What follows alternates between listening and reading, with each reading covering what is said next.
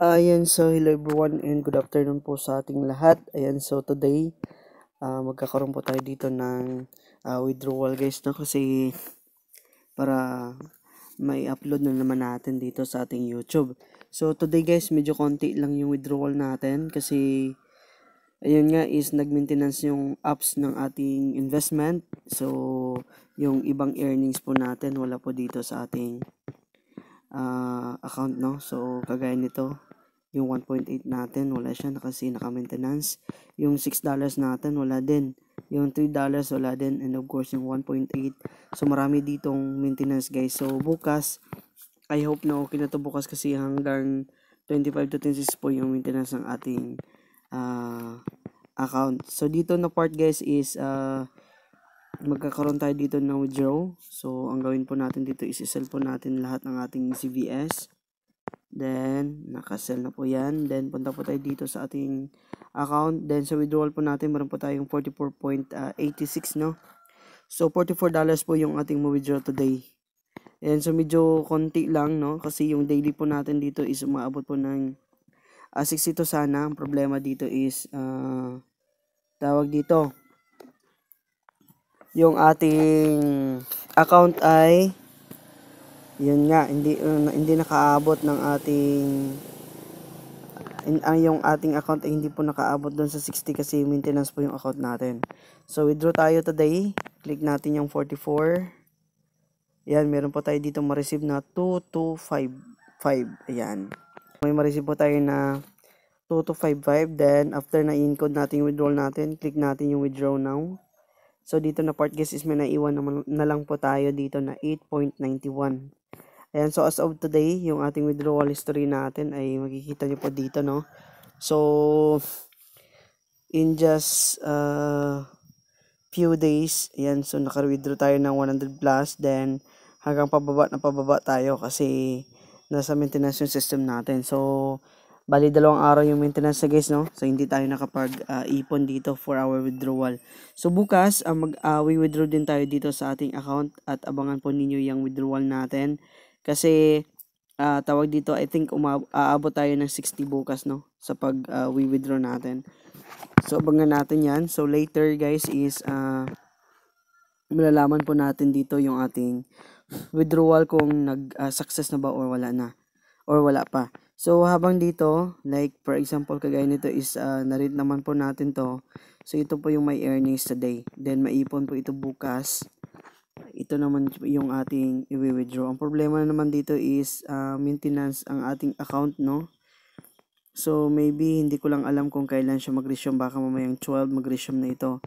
Then I think bukas kung hindi ito mag-resume yung ating earnings dito, ang tendency po ng withdrawal natin bukas I think 40 din, no? So sige lang, at least na-test natin na paying pa din yung ating Zooko Cloud Mining Investment.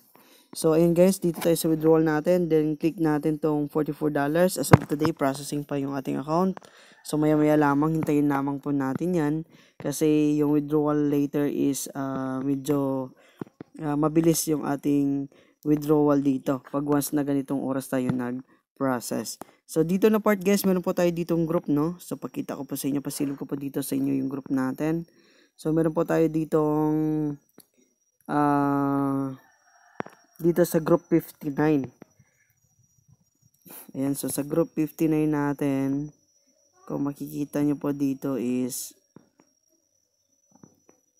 ayan, so meron po tayo dito ang mga kasamahan, no? So, nandyan pa din tayo sa list number 1 na may invite for today. Ayan siya.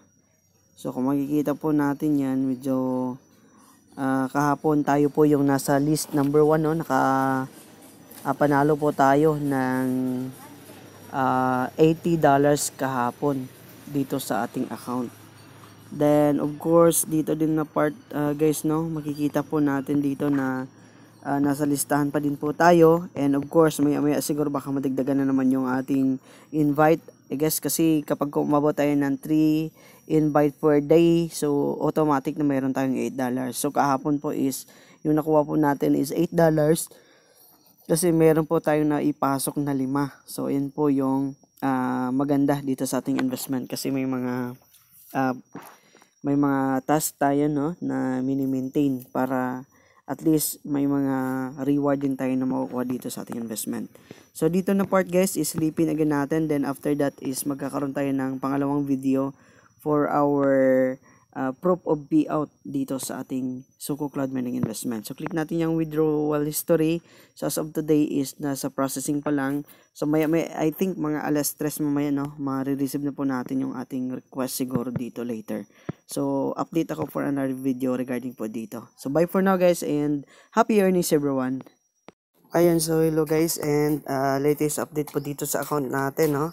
So meron po tayo dito na-receive na 225. Ayan, kung makikita po natin dito is 2255. Ayan po ang ating withdrawal today. So double check natin sa ating wallet kung ang withdrawal record natin ay success. Ayan, so success na po yung ating $44 dito guys na nakuha sa ating Suko Cloud Mining investment. So di ba pag mga ganitong oras, no? So ang pinakamaganda dito is no need na natin or no need na tayo mag-send ng withdrawal request natin sa CS natin, no? Kusa na lang siya dina-download. So ayun po and maraming salamat po sa panonood guys and happy earnings everyone.